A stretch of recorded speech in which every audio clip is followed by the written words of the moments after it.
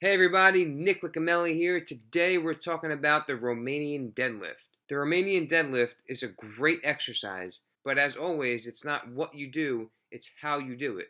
And the Romanian deadlift can actually be quite dangerous if you don't do it correctly.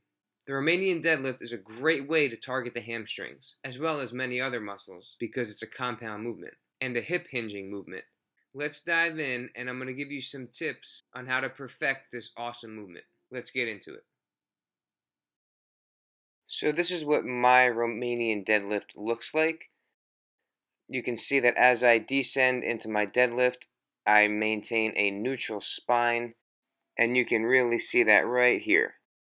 I have that natural curve in my lower back, and if I were to descend any lower, I would be compensating and I would lose that neutral spine.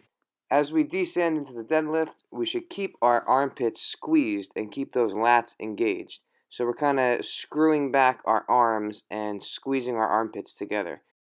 And if we're too focused on making sure that the bar reaches the floor or reaches a certain point on our legs, we may be more likely to lose this locked in position and let the bar travel down further by letting our arms and our lats disengage. So the neutral spine may be maintained, but we're getting that extra compensation by sacrificing that built-up tension and tightness in the lats.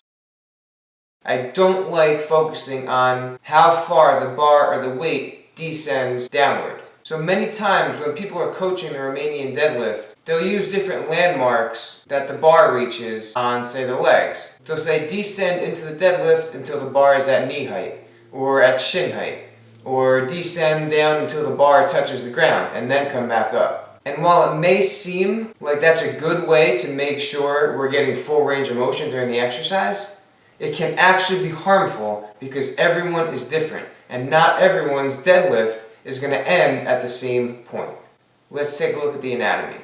So the Romanian deadlift works many muscles, specifically of the posterior chain. When it comes to how far you should descend into the deadlift, we're going to focus on hamstrings. We all know at this point that a proper hip hinge keeps you in a neutral spine, so your back isn't rounding and it's not arching. As you descend into your deadlift, what you're doing is you are stretching your hamstrings. You're putting your hamstrings on stretch.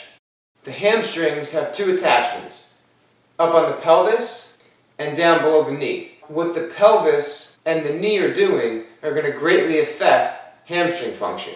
So if I have a band going from my hips down below my knee and I bend forward, you can see that they're getting stretched.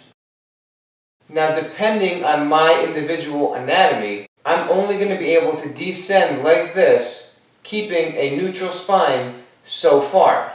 So as I descend into my deadlift with a neutral spine, that's about all that I have. I'm feeling a stretch in my hamstrings right now. Until the only way to get more range of motion is to compensate at the lower back or the knees, because those are the two attachments of the hamstrings. If I bend my knees, I can descend more, or if I round my lower back, I can descend more. You want to avoid those compensations when performing a Romanian deadlift. You want to keep that neutral spine, keep your legs nice and tight, and descend until you feel that pull on your hamstrings while maintaining that neutral spine. That's why sometimes telling someone that full range of motion is when the bar touches the floor or when the bar reaches your mid-shin or your knee. That could be troublesome because someone may not be able to get that low in their deadlift without compensating. Thank you so much for watching. I hope this helped. Be sure to like, comment, subscribe if you want, and we'll see you next time.